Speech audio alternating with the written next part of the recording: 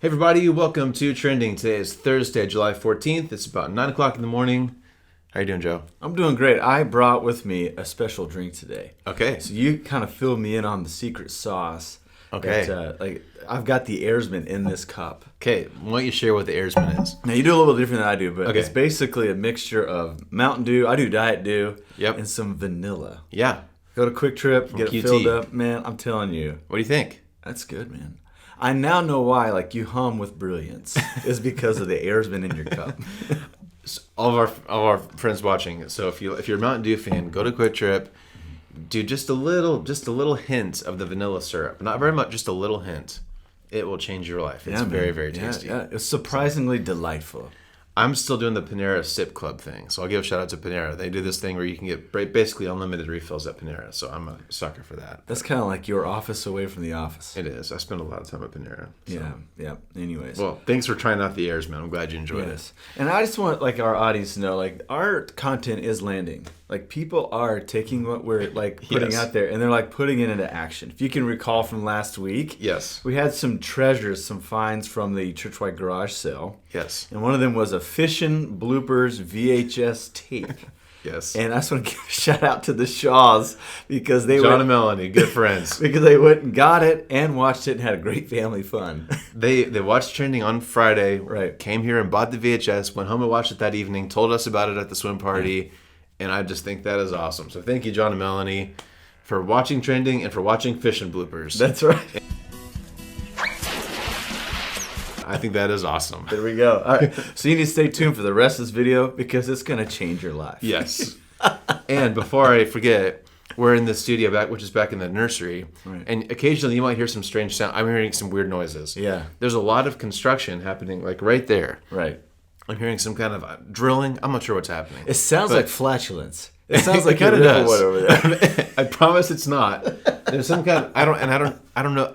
I see all these guys with big machines out there. I have no clue what they're doing. That's right. They're busy and they're drilling or something right there. So you might hear some strange sounds. But Yes. anyway, All right. With that said, you and I both have full days today. We got 5 topics we need to get do. to.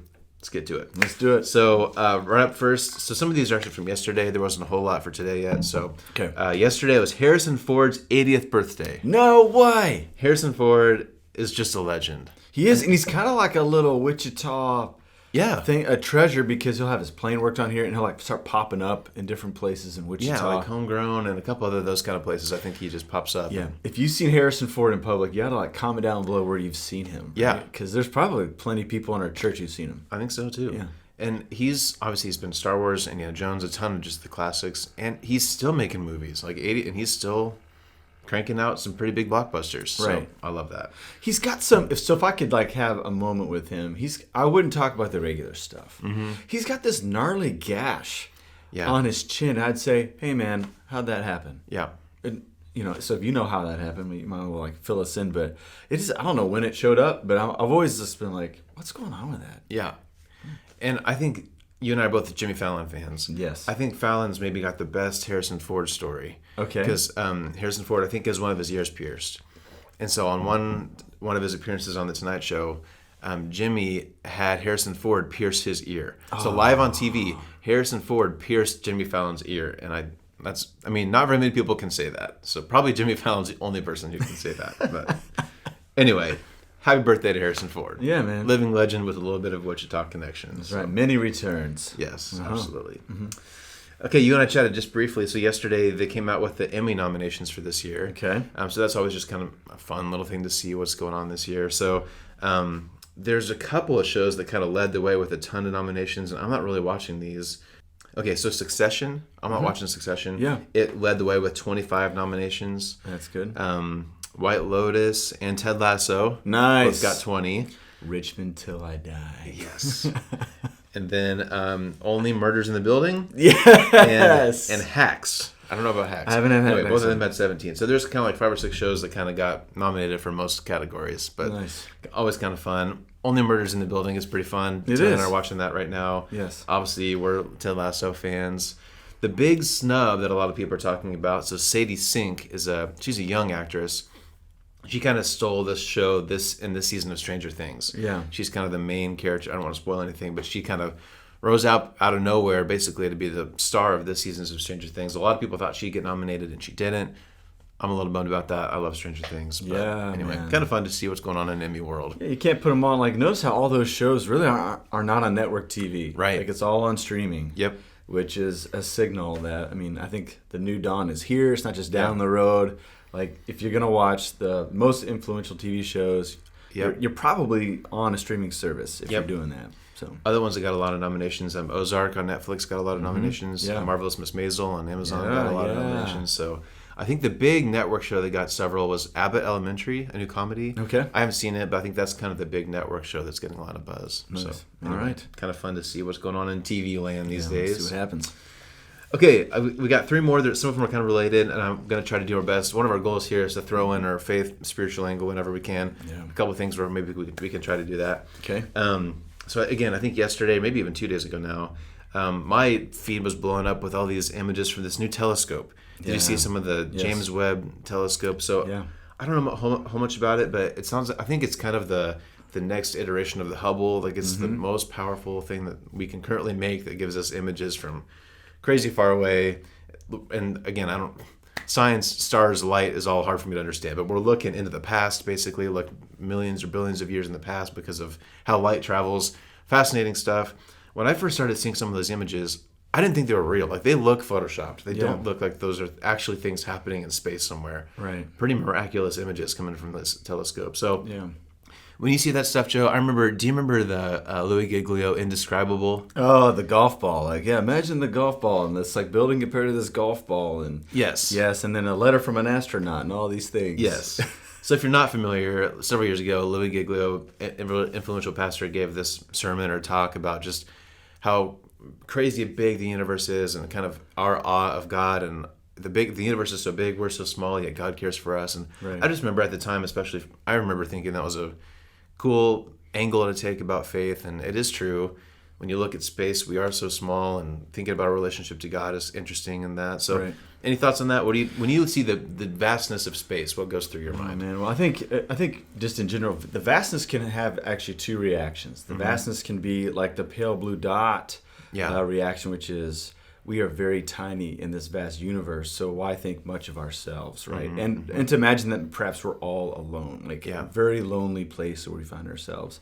The other one is to say, like, all this is here for a certain reason, and there's, of course, varying degrees of God's direction with creation, whether God created many millions, billion years ago and things that was running its course, or if there was like a meticulous creation just as it is now.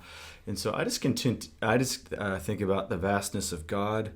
I also think about how when we look at pictures like that, how we're led to wonder more than we think of much else. So I think of the film Contact, right? Okay, that one actress or whatever, and she was a scientist sent into space, deep into space. I think maybe to Mars or something like that. I'm going to get all the details wrong here, so sorry about it.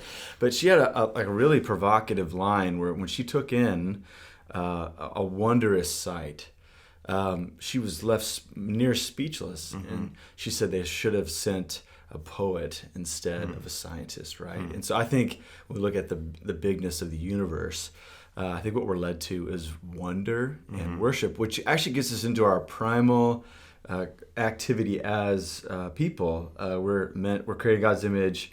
We reflect God's likeness into the world. And so who we primarily are not even servants or thinkers or so many things that come up also in religious categories, but our primary occupation is worship. We make things big. And so when we get news like this, we can see pictures like this, we're like projectors, and we now magnify who God is because of the things that we're seeing in the world. So I'm just led to wonder. I think about that line from Ecclesiastes which says, God's in heaven, you're on earth, therefore let your words be few.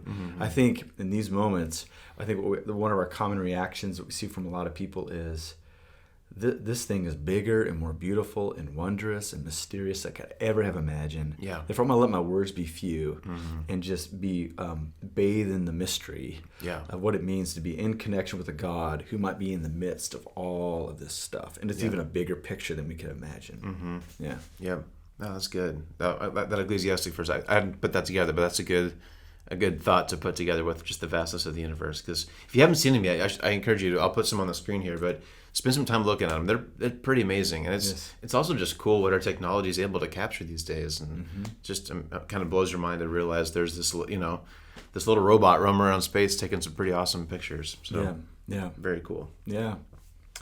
Okay, you got two more. They're kind of connected. They're kind of connected, and they're kind of the opposite of each other. So two things are trending today. Inflation, you kind of hit on. I think 9.1% inflation. Yeah. I read one article today that if you bought the exact same thing in June of this year compared to, I think it was just last year, you're spending about $500 more a month. So like for the average families, gas and food and everything's just skyrocketing high, and it's just kind of crazy times. So inflation is trending this morning, and so is Amazon Prime Day. So yesterday and Tuesday were Amazon Prime Days, where Amazon has their annual sale, where things were dirt cheap the past couple of days.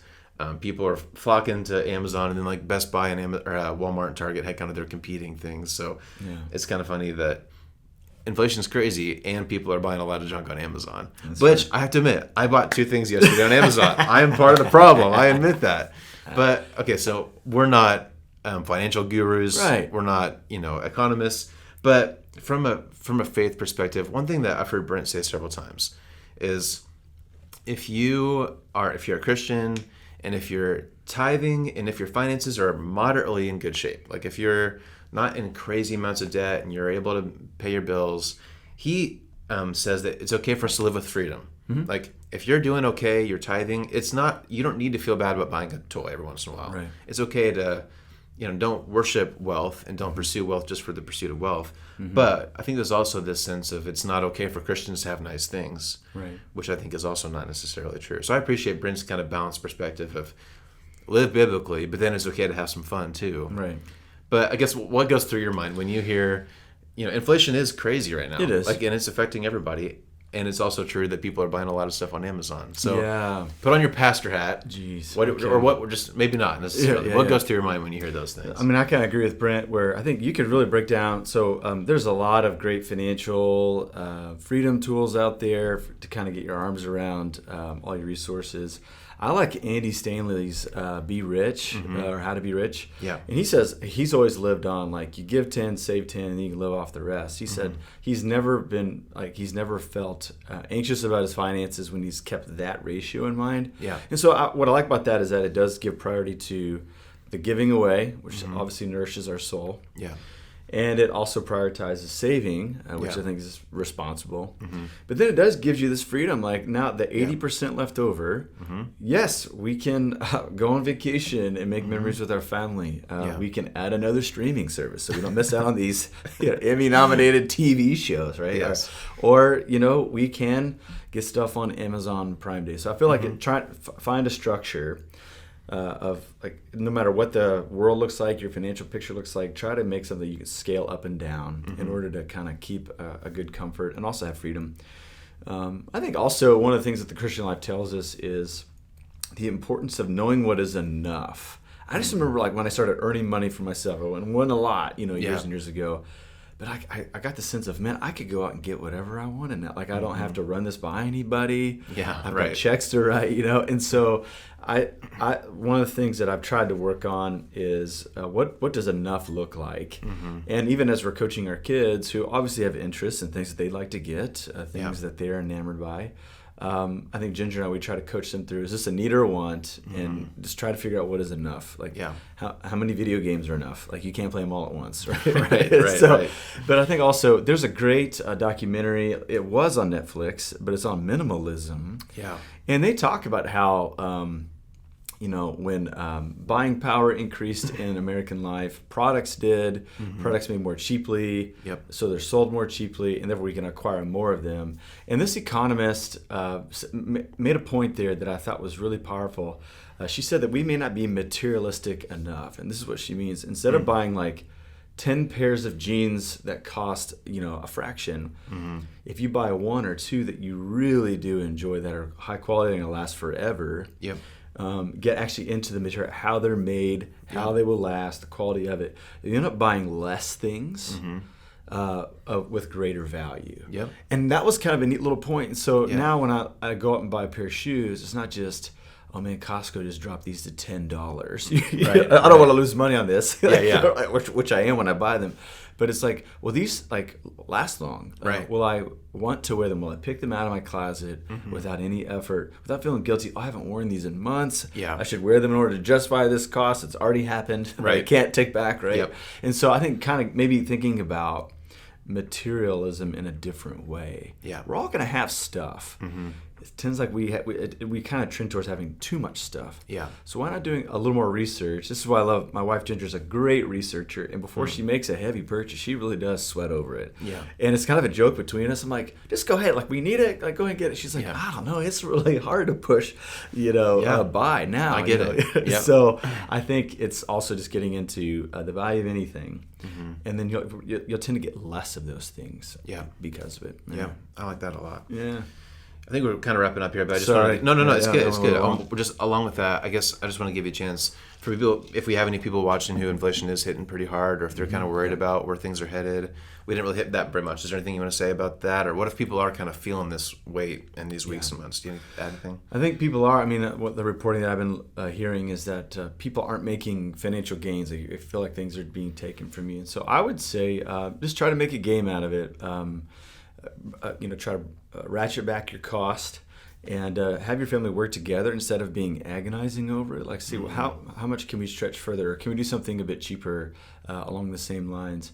But the church is there for one another. Yeah. I mean, obviously, Ridgepoint tries to help when we can.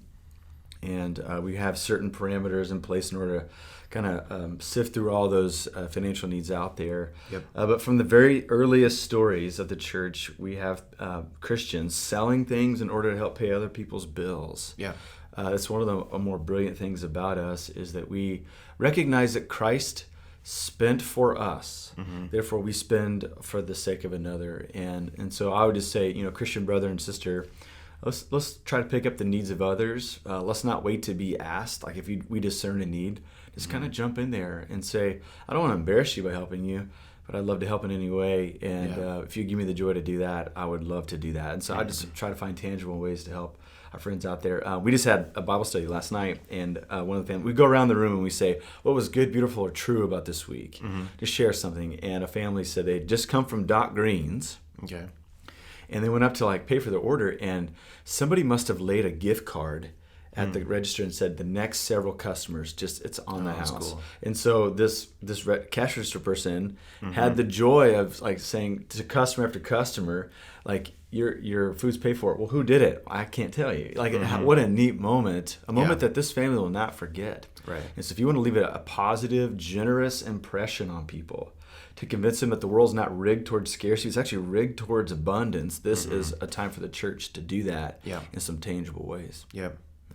I think so much of the economy, I just feel so lucky, honestly, that my wife and I bought our house when we did, because if I would have tried to buy our house right now, we couldn't have been able to afford the house that we currently live in. So I think you're right. If you're in a spot where you're able to help people, even just a little bit here and there, that's just a great thing to do, to do it in a way that shows God's love in a tangible way. Yeah. And just be grateful for what you have too. I think so. Be grateful and be generous, and I think that's part of the whole be rich thing, right? Is be grateful, be generous, and so All right, man. Well, we covered a lot of ground today. Nice. Good topics though. So thank you again for watching. You're preaching on Sunday. I am. Looking forward to that. So if you want to give anything you want to say about that? We're going to cover Hebrews 11, probably the most famous passage of the whole book. And so I'm sure I'm not going to tell you anything new on Sunday, but I don't know. Hopefully you'll be here for it. We'll go back in there. It's just basically the idea of faith and how to live by faith, which is the center of our faith. Yeah. It's kind of redundant. But anyways, I'm looking forward to it. Good. It'll be great.